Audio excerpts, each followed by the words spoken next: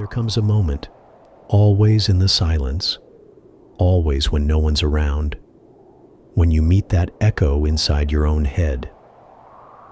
You are not enough. It doesn't scream, it doesn't shout. It drips, slow, patient venom that knows how to rot a good heart from the inside out. Where did you first hear it? A parent who compared you to someone else's golden child? A teacher who told you your dreams were too big for someone like you? A lover who picked you apart and then blamed you for bleeding? Or was it you, swallowing someone else's cruelty until it sounded like your own voice? You walk around acting like life handed you an apology letter for your existence. You keep your head down in rooms where you should stand tall. You say yes when your soul is screaming no, because heaven forbid someone calls you selfish. You shrink your dreams down to polite little pieces that won't make anyone uncomfortable. And you dare call that living? Listen carefully.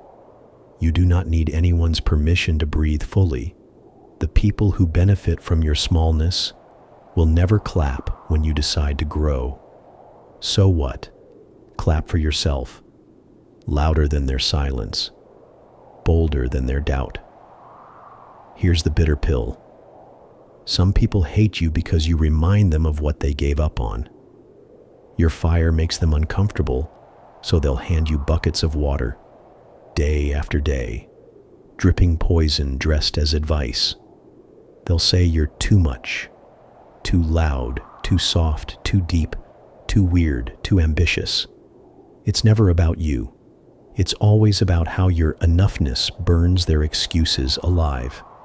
Some of you reading this right now, you bend your spine so people can stand taller on your back. You carry friendships that should have died years ago. You invest love in people who feed on your insecurities like it's free bread. You beg for crumbs, while your own hands bake whole loaves for others. Stop it. Stop it now. Your ancestors did not survive famine, war, betrayal, heartbreak, so you could sit here apologizing for existing. You carry the breath of everyone who came before you. That is your inheritance, not someone's opinion. You are not the echo of your father's failures. You are not the leftover shame of your mother's sadness. You are not your ex's cowardice made flesh. You are the proof that life wants another chance, through you. So if you still feel not enough, good. Let that hunger sharpen you. Let it push you to get up from tables where you're only invited to serve, never to eat. Let it remind you that your time here is not infinite, that every hour wasted asking for permission is an hour stolen from your future self. You want to be enough? Then act like it. Not tomorrow, today. Speak like someone who owns their air. Walk like someone whose name will be spoken when they leave the room. Demand more, not just from the world, but from yourself. Your worth is not a charity project for someone else's convenience. It's not a puzzle piece for someone else's empty spaces. Your worth is the full, heavy fact that you are here, breathing, thinking, building, dreaming, despite everything that tried to bury you alive. You want them to see your value? First, see it yourself. You want them to treat you like you matter? First, act like you do, and watch who stays and who runs. One day you will wake up and realize that every person who left you did you a favor. One day you will thank the silence for forcing you to hear your own voice. One day you will look back at this version of yourself, the one who thought, "Why me?" And you'll barely recognize them. Because here's the final truth. The truth they don't want you to grasp. They don't fear losing you. They fear you finding out who you've been all along. They fear the day you stop asking, "Am I enough?" and start declaring, "I am." They They fear your eyes opening to the fact that your presence was the gift all along. So stand up, not just in body, but in spirit.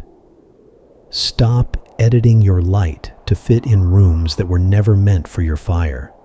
Stop begging to be chosen. Choose yourself. Stop explaining your soul to people committed to misunderstanding it. Stop planting seeds in gardens that have no intention of watering you back.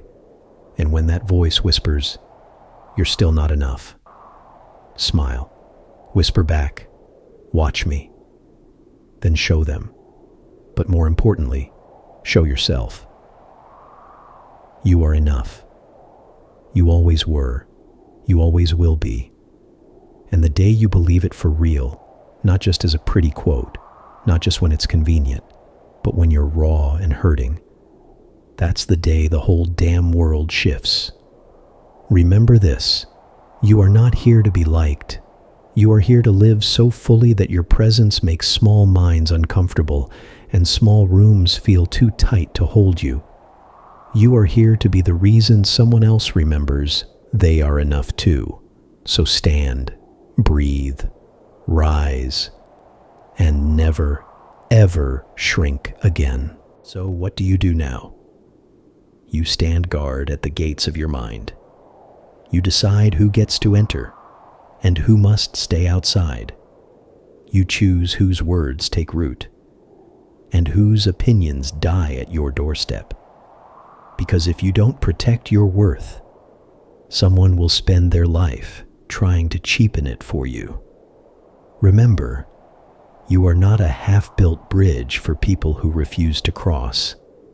You are not an emergency exit for those who only come running when their own world is on fire.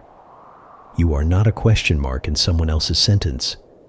You are your own whole paragraph, your own story, your own final bold punctuation. Life will still throw stones at your confidence. It's what life does. People will still doubt you. It's what people do. But the day you anchor yourself so deeply in your own enoughness, the stones become pebbles and the doubts become background noise. You won't be bulletproof. You'll be brave enough to bleed, but too powerful to break. So, stand taller than your excuses. Speak louder than your fears. Walk past your past like it's a town you outgrew. Wave at it kindly, but never settle back in. And if tomorrow comes and you forget all this, fine. Remind yourself again and again, until your bones memorize it for you.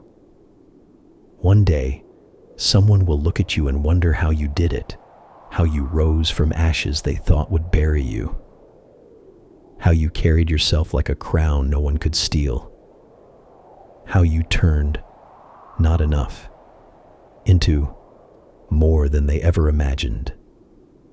And you'll smile, not because you owe them an explanation, but because you'll finally know. You were never asking the world to love you. You were learning to love yourself enough to stop asking. So breathe in, exhale doubt, clench your fists if you have to, but keep walking. Because in the end, when it's just you in the mirror, you don't answer to their voices, only to your own. And tonight, let that voice say the only thing that matters. I am enough. I am still here. And I'm just getting started.